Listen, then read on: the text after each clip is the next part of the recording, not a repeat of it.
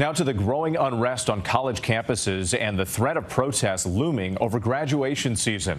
Just before we came on the air, police in riot gear seen moving into the University of Virginia's campus in Charlottesville, and demonstrations today at the University of Michigan. All of this raising questions about the impact on commencement ceremonies across the country. ABC's Phil Lipoff from NYU here in New York.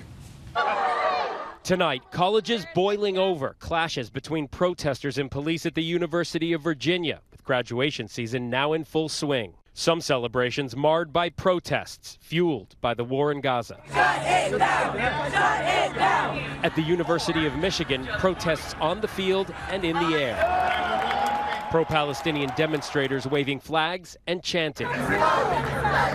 Even booing during the president's speech. From above, supporters of Israel flying a plane carrying a sign that reads, "We stand with Israel." At least 2,300 protesters have been arrested on 46 campuses across the country in the last 3 weeks of uproar. Protests growing into encampments, administrators struggling with how to respond to the demands of protesters for schools to cut ties with Israel altogether, divest from companies they say profit from the war, and publicly call for a ceasefire, while pro-Israeli supporters call for the release of the 100-plus remaining hostages kidnapped by Hamas on October 7th. Secretary of Education Miguel Cardona writing in a letter to colleges that he is particularly disturbed by the sharp rise in anti-Semitism, calling the incidents abhorrent. Many Jewish students feeling threatened. The Jewish community here, we felt like a lot of our concerns have just fallen on deaf ears. In Florida, the chancellor of the state university system sending a letter to all state schools saying in part, while we respect and honor the First Amendment, a commencement ceremony is not the time nor the place for a political protest. He went on to say, take any steps necessary to keep people safe.